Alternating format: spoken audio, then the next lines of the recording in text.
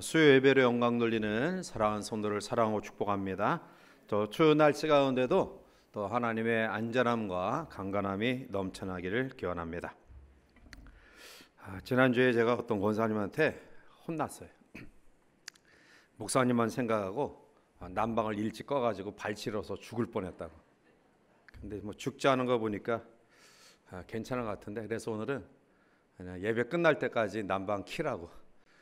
그래서 여러분 따뜻하게 예배할 수 있도록. 그러다 이제 좀 이 소음이 있어서 집중해서 좀 말씀을 듣는 그런 은혜가 있기를 바랍니다. 요즘에 한국 사회에 인문학 강좌를 다루고 있는 책들의 판매량이 굉장히 많아졌는데요. 어려울 때일수록 아마 이러한 것들에 관심을 많이 갖는 것 같습니다. 따라서 하루가 다르게 변하는 이 세대 속에서 어떻게 살아가야 될까? 이러한 질문을 인문학에서 찾으려는 노력들이 많은 것 같습니다. 자, 그러나 아쉽게도 인문학을 통해서 우리들이 가지고 있는 이 근본적인 문제를 해결할 수는 없는 것 같습니다. 자, 왜냐하면 우리들이 가지는 궁극적인 질문을 몇 개로 종합해 보면 첫 번째는 나는 어디에서 왔는가라는 그런 질문과, 그리고 나의 삶의 의미와 목적이 과연 무엇이냐, 그리고 나는 어떻게 이 세상을 살아가야 되며, 그리고 나의 삶을 어디로 흘러가고 죽음 이후에는 무엇이 나를 기다리고 있는가라는 그러한 질문입니다. 자, 그런데 인문학에서는 이러한 질문들에 대해서 단편적으로 답할 수는 있지만, 그러나 근본적인 삶의 지혜를 우리에게 줄 수는 없습니다. 자, 그러면 우리의 한계 상황 속에서 우리는 인간의 존재의 기원과 또 우리의 삶의 의미와 도덕적 가치와 죽음 이후의 삶들에 대해서 전혀 해답을 찾을 수 없는 것인가?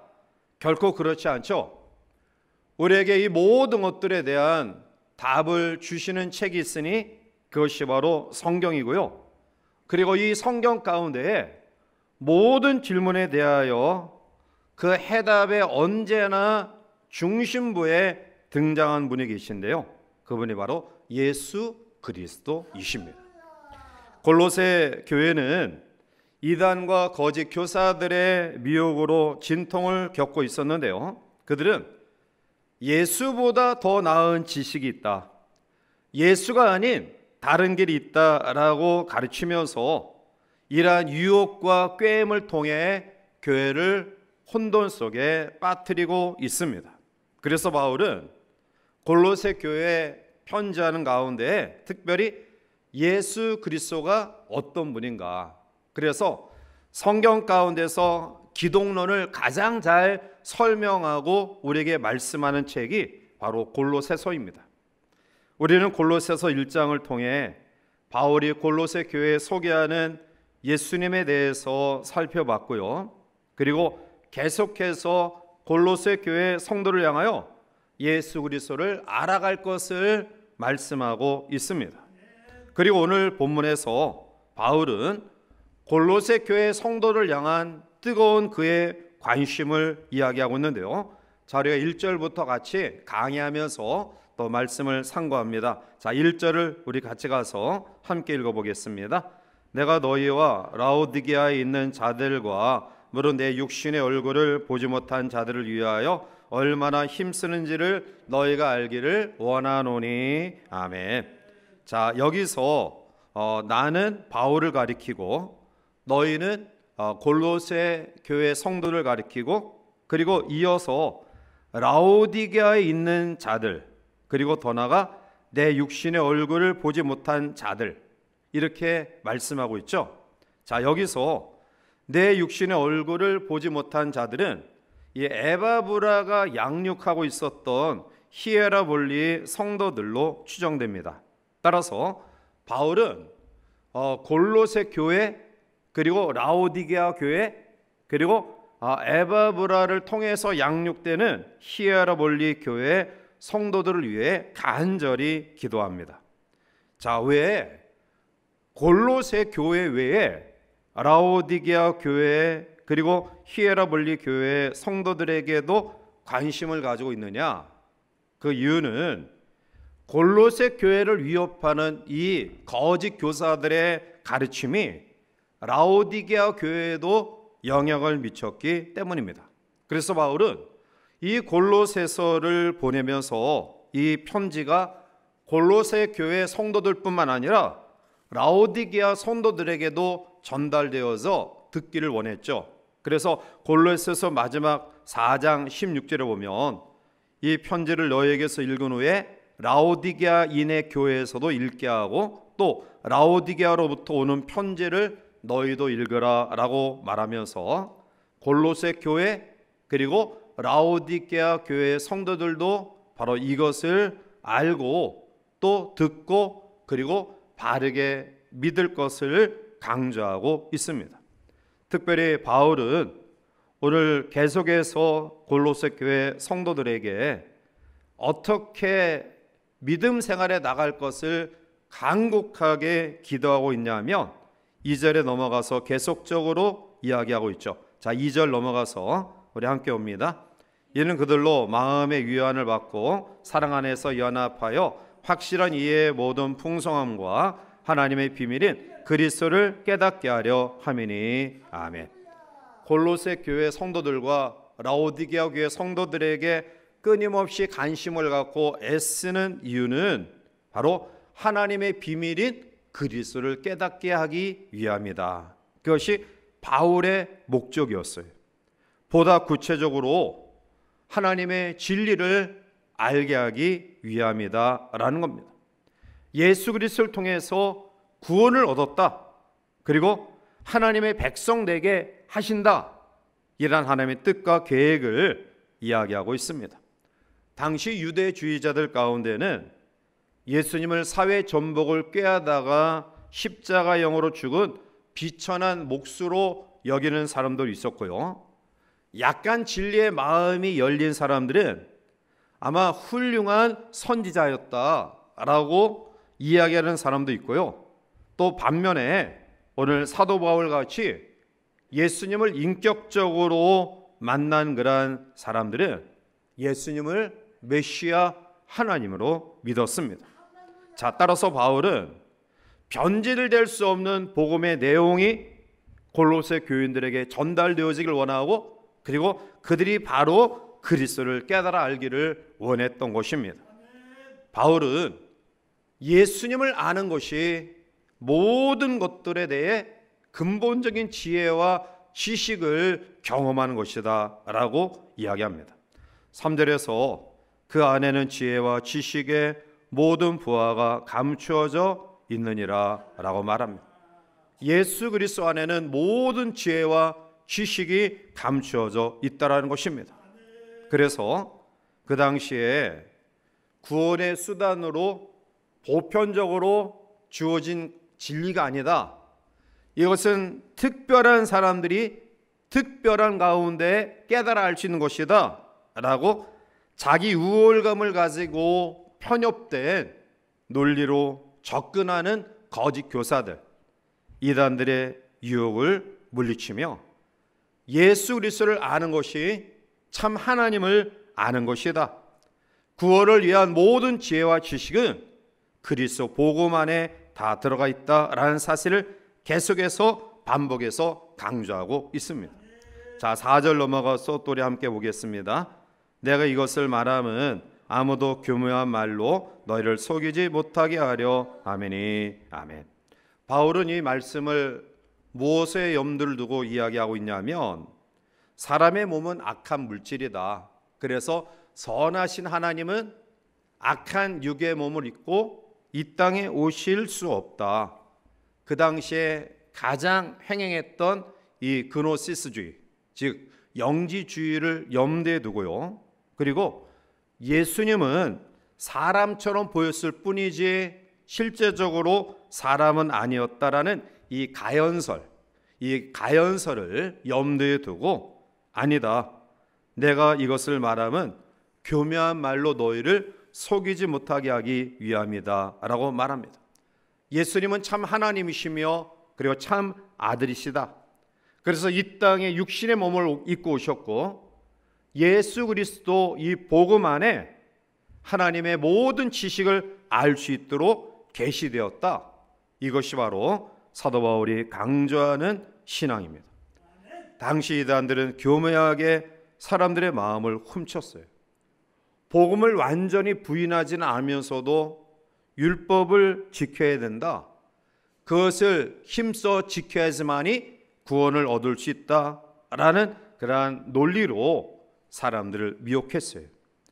오늘 우리들 가운데도 믿음으로 구원받는다. 이것을 너무 싱겁게 받아들이는 사람이 있어요. 사실 굉장히 단순하잖아요. 편하잖아요. 우리가 불교같이 참선을 하면서 도를 닦을 고행을 할 이유도 없고요. 자기 몸을 가학하면서 어떠한 진리를 깨닫기 위하여 그렇게 할 이유가 없잖아요. 그냥 믿습니다. 그러면 구원받고 믿습니다 라고 하면 하나님의 자녀가 된다라는 이 복음은 사실 유혹을 받을 수 있어요. 너무 편하다. 너무 쉽다. 정말 굉장한 그러한 진리가 우리가 아무런 것도 행하지 아니하고 얻어진다.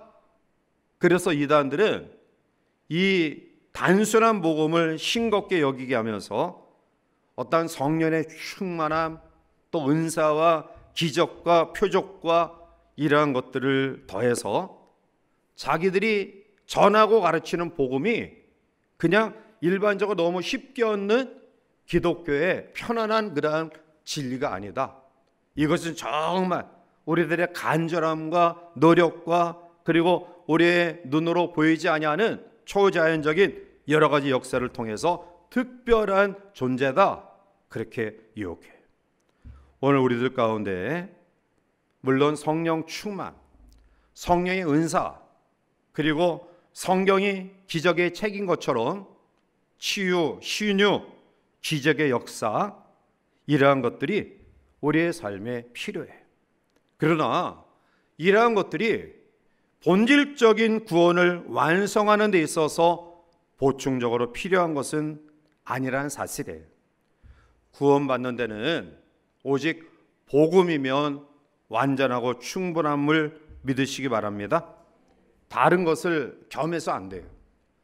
예수 그리스도 이 십자가의 복음, 이것을 통해 구원받는 데 있어서 다른 기적이나 표적이나 은사나 이런 것들을 포함해서 구원을 완성시킨다라는 이러한 이단들, 잘못된 거짓 교사들의 유혹은 하나님의 복음을 변질시키고 왜곡시키고 이것은 하나님의 복음을 더 부실하게 만드는 것이다. 이것은 결국 예수님의 대속의 능력과 예수님의 신성과 전능성을 부인하는 행위가 될 수밖에 없습니다. 그래서 바울은 이러한 이단들에게 물들지 마라. 복음은 단순하다. 복음은 쉬운 것이다. 우리가 단지 주님을 믿고 영접하면 되는 것이다 라고 이야기해요. 오늘 우리들에게는 어떠한 속성이 있냐 하면 특별한 존재가 되기를 원하는 속성이 있어요. 그래서 다른 사람보다도 돋보이려는 그러한 우월감, 이것을 가진 사람들이 있어요. 물론 그 본능이 나쁘다라고 이야기하지 않습니다. 왜냐하면 특별한 존재가 되기를 원하는 추구하는 마음은 우리로 하여금 창조적인 삶을 펼쳐 보일 수 있는 동기는 돼요. 자, 그런데 이러한 것들이 잘못된 의식과 관심과 목적 위에 내가 특별한 존재가 돼야 되겠다. 특별한 사람이 돼야 되겠다. 다른 사람에게 돋보이는 사람이 돼야 되겠다라는 의식을 가지면 결국 특별하게 되려다가 특별하게 망해요. 쫄딱 망해요. 하나님 앞에 버림받습니다. 잘못된 길로 들어서게 되고요. 결국 돌이킬 수 없는 그러한 완전한 멸망으로 빠지게 된다. 따라서 복음 외에 자기들의 것들을 충족시킬 때에 온전한 구원이 이루어진다라는 잘못된 교리로 접근하는 이단들을 우리는 과감히 배척해야 돼요.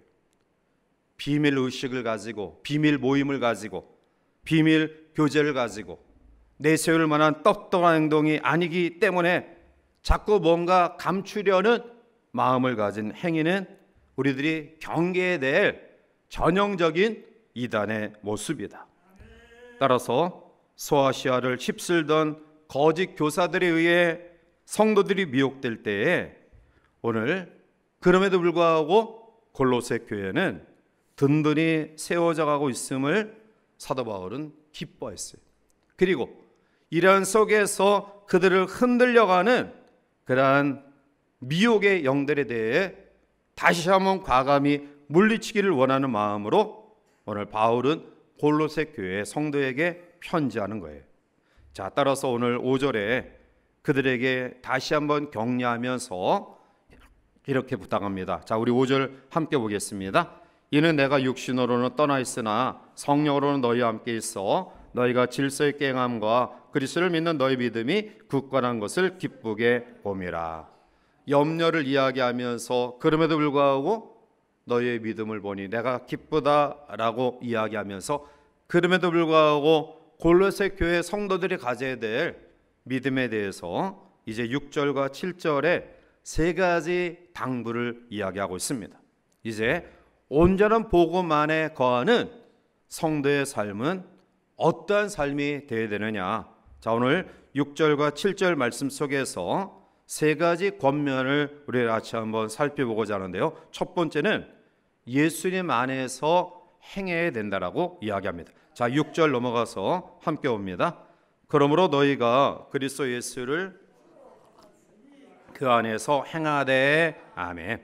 자, 여기서 그 안에서 행하다라는 원어의 의미는 그리스도를 주로 모신 사람답게 살아라.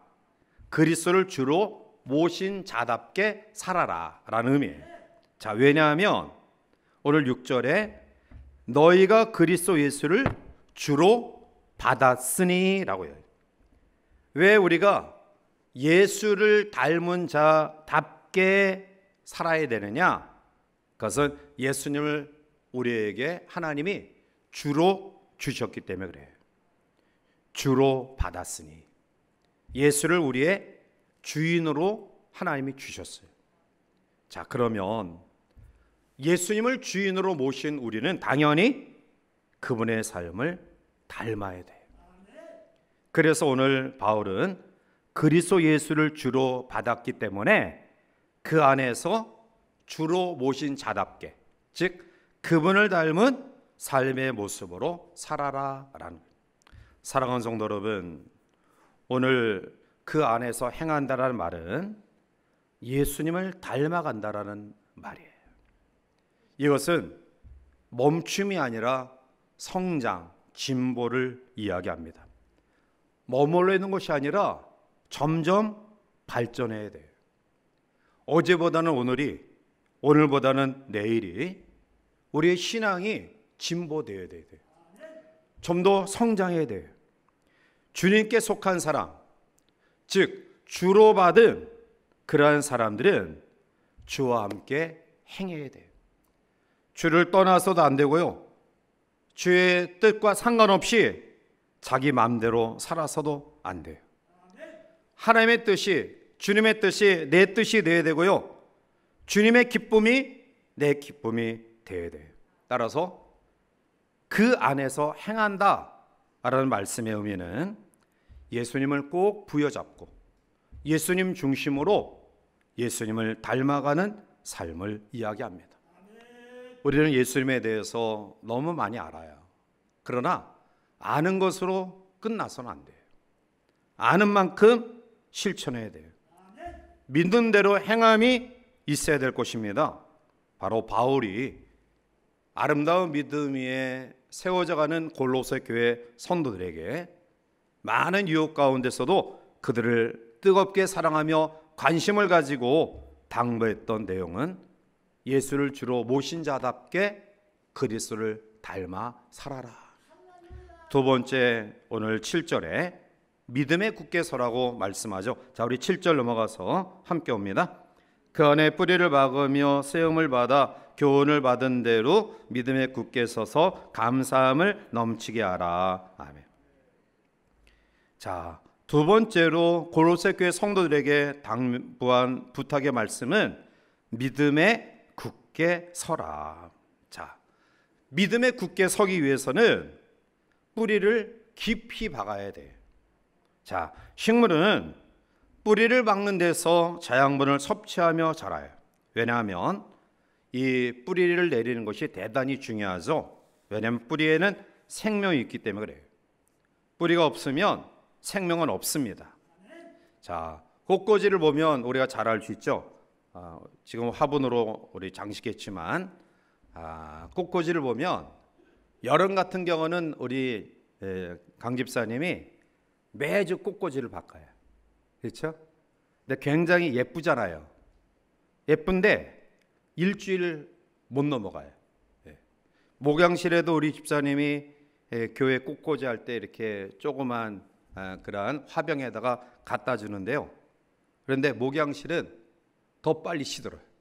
그래서 제가 퇴근할 때는 바깥에다 놔서 좀 시원한 바람 맞게 하고 또 아침에 출근할 때 또 가지고 들어요.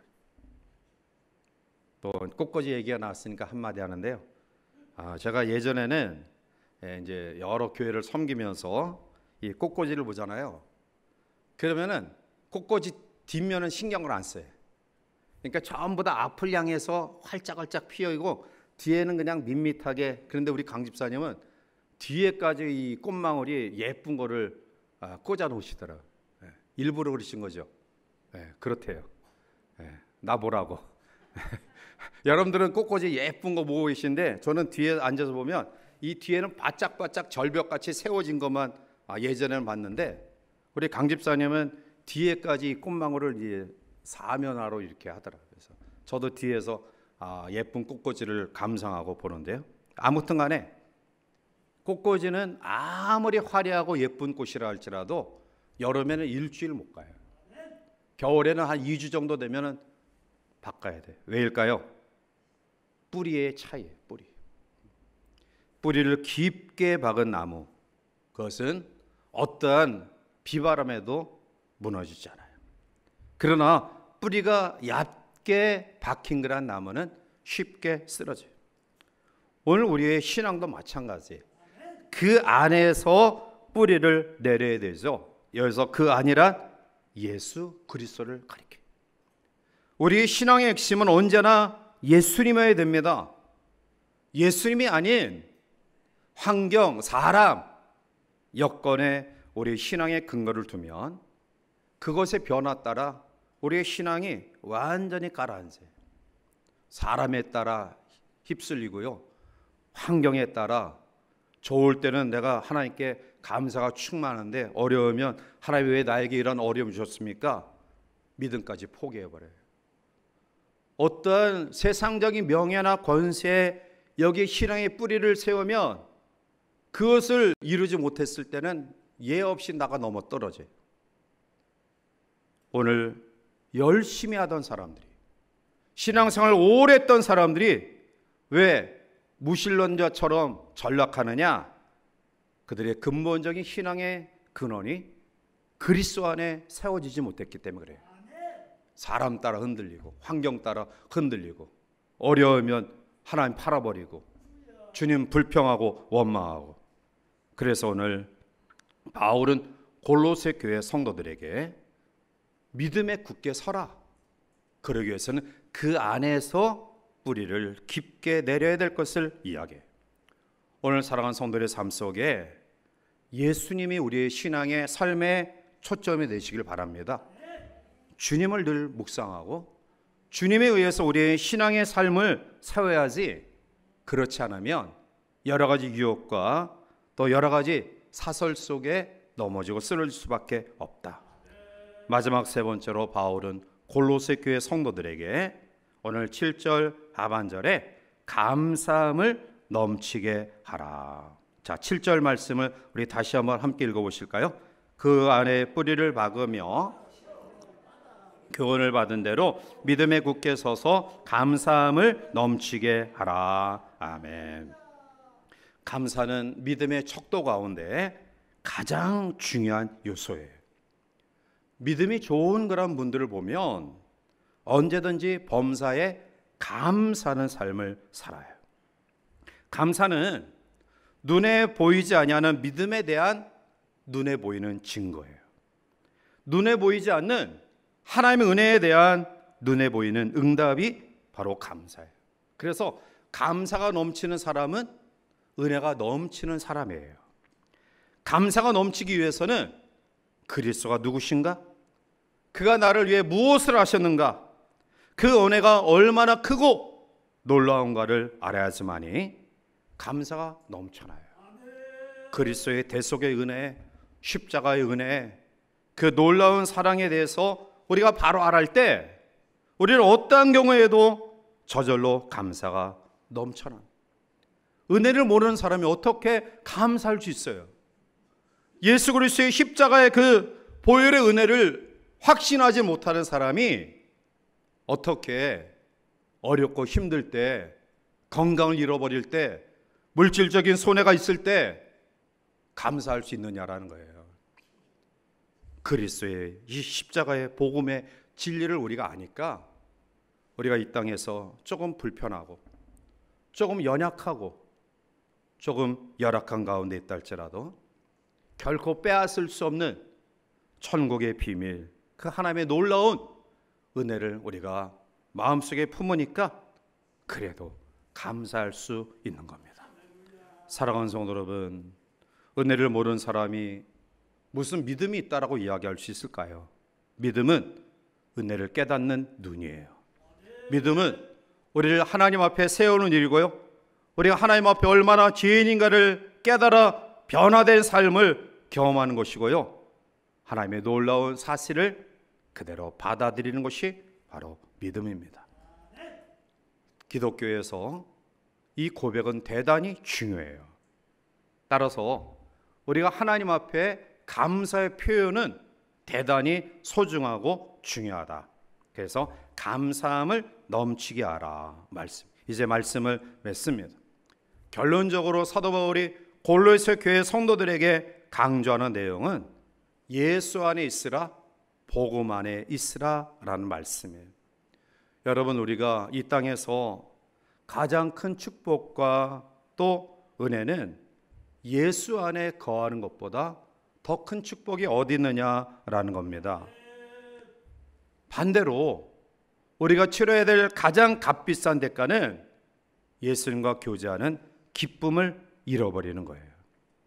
더 이상 예수님의 말씀이 나에게 들려지지 않고 내 영혼의 성전에 불이 꺼져가고 마음의 뜨거운 온기가 사라지는 것, 우리가 하나님 앞에 죄를 졌을 때 구원을 상실하진 않아요. 우리가 하나님 앞에 믿음으로 단회적인 놀라운 사건이 구원의 은혜이기 때문에 내가 때로는 죄를 짓는다 할지라도 구원은 잃어버리지 않아요. 그런데 중요한 것은 구원이 주는 기쁨을 잃어버리고 있다라는 거예요. 여러분들의 얼굴이 세상째 가득 지고 가는 예수님도 아닌 사람들이 예수님처럼 이러한 모습을 가지고 있다는 것은 여러분들의 구원에 대해서 제가 의심하진 않아요. 그러나 저 사람은 구원의 기쁨을 지금 잃어버리고 있구나, 구원의 감격을 놓치고 있구나, 안타까움이 드는 거예요. 시편 51편 12절에 주의 구원의 즐거움을 내게 회복시켜 주시고 자원하는 심령을 주사 나를 붙드소서. 주의 구원의 즐거움을 회복시켜 주시옵소서. 하나님과의 관계가 정상적인 관계인가를 알 수 있는 그러한 방법은 여러분 스스로 주님과 교제하는 기쁨이 있느냐라는 사실을 한번 살펴보시오. 내 지금 현재의 상태가 주님과의 교제 속에 기쁨이 있느냐? 말씀을 볼 때 하나님 앞에 기도할 때, 예배할 때 내가 내 마음속에 기쁨이 있느냐? 아니면 기쁨을 잃어버리고 형식적인 그런 모습을 가지고 있느냐? 그것은 내가 구원은 받았지만 구원의 기쁨을 지금 잃어버리고 있는 거예요. 그런 의미에서 내가 어떠한 경우에도 예배를 사모하고 말씀 보기를 사모하고 기도하고 싶은 마음이 있으면 그것은 보통 큰 축복이 아닙니다. 성도 안에 있는 기쁨과 즐거움을 빼앗는 방법은 하나의 죄입니다. 죄. 하나님과의 관계 단절이에요. 따라서 오늘 예수 그리스도를 주로 고백한 우리 모두는 예수 안에 살아가야 될 줄 믿습니다. 주를 우리에게 주인으로 하나님이 주셨어요. 그분을 닮아가는 삶. 그리스도 안에서 신앙의 깊은 뿌리를 내리고 믿음에 굳게 세워지는 삶. 그리스도 안에서 넘치는 감사로 구원의 기쁨이 충만한 삶. 이러한 삶이 우리 가운데 있을 때 그리스도 안에 거하는 복된 성도의 삶이 된 줄 믿습니다. 이러한 은혜가 이 밤도 우리 가운데 가득하기를 주님의 이름으로 간절히 축원해 드립니다. 기도하시겠습니다. 걸어가시고 존귀하신 하나님, 우리에게 예수님을 주로 허락하심을 감사합니다. 이제 나는 간 곳 없고 오직 주님만이 있사오니 주님을 닮아가는 하나님의 사람들 되게 도와주시옵소서. 믿음 위에 굳게 세우기 위해 사람, 환경, 나의 조건, 심지어는 우리의 자녀들이 아닌 주 안에서 뿌리를 깊이 내려 어떠한 환난의 비바람이 몰아친다 할지라도 흔들림이 없이 우리의 신앙이 세워지기를 원합니다. 넘치는 감사의 기쁨이 우리 가운데 충만하기를 원하오니 구원의 즐거움을 회복시켜 주시고 구원의 기쁨을 우리에게 허락하여 주셔서 이 마지막 때를 믿음 안에 주 안에서 승리롭게 살아갈 수 있도록 축복하여 주시옵소서. 예수님의 이름으로 기도하옵나이다. 아멘.